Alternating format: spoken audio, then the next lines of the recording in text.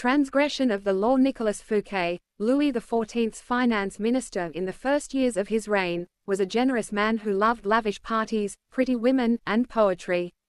He also loved money, for he led an extravagant lifestyle. Fouquet was clever and very much indispensable to the king, so when the prime minister, Jules Mazarin, died, in 1661, the finance minister expected to be named the successor. Instead, the king decided to abolish the position.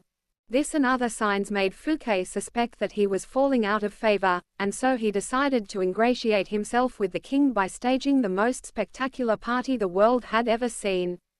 The party's ostensible purpose would be to commemorate the completion of Fouquet's chateau, Vaux-le-Vicomte, but its real function was to pay tribute to the king, the guest of honor. The most brilliant nobility of Europe and some of the greatest minds of the time, La Fontaine, La Rochefoucauld, Madame de Seven, attended the party. Molière wrote a play for the occasion, in which he himself was to perform at the evening's conclusion. The party began with a lavish 7-course dinner, featuring foods from the Orient never before tasted in France, as well as new dishes created especially for the night. The meal was accompanied with music commissioned by Fouquet to honor the king. After dinner there was a promenade through the chateau's gardens. The grounds and fountains of Vaux-le-Vicomte were to be the inspiration for Versailles. Fouquet personally accompanied the young king through the geometrically aligned arrangements of shrubbery and flower beds. Arriving at the gardens' canals, they witnessed a fireworks display, which was followed by the performance of Molière's play. The party ran well into the night and everyone agreed it was the most amazing affair they had ever attended. The next day, Fouquet was arrested by the king's head musketeer, D'Artagnan. 3 months later he went on trial for stealing from the country's treasury.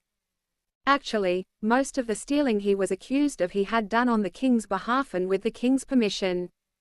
Fouquet was found guilty and sent to the most isolated prison in France, high in the Pyrenees Mountains, where he spent the last 20 years of his life in solitary confinement. Interpretation. Louis XIV, the Sun King, was a proud and arrogant man who wanted to be the center of attention at all times. He could not countenance being outdone in lavishness by anyone, and certainly not his finance minister. To succeed Fouquet, Louis chose Jean-Baptiste Colbert, a man famous for his parsimony and for giving the dullest parties in Paris. Colbert made sure that any money liberated from the treasury went straight into Louis's hands. With the money, Louis built a palace even more magnificent than Fouquet's, the glorious Palace of Versailles. He used the same architects, decorators, and garden designer. And at Versailles, Louis hosted parties even more extravagant than the one that cost Fouquet his freedom. Let us examine the situation. The evening of the party, as Fouquet presented spectacle on spectacle to Louis, each more magnificent than the one before, he imagined the affair as demonstrating his loyalty and devotion to the king. Not only did he think the party would put him back in the king's favor, he thought it would show his good taste, his connections, and his popularity, making him indispensable to the king and demonstrating that he would make an excellent prime minister. Instead, however, each new spectacle, each appreciative smile bestowed by the guests on Fouquet, made it seem to Louis that his own friends and subjects were more charmed by the finance minister than by the king himself, and that Fouquet was actually flaunting his wealth and power.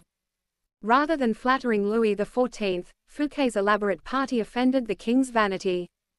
Louis would not admit this to anyone, of course. Instead, he found a convenient excuse to rid himself of a man who had inadvertently made him feel insecure.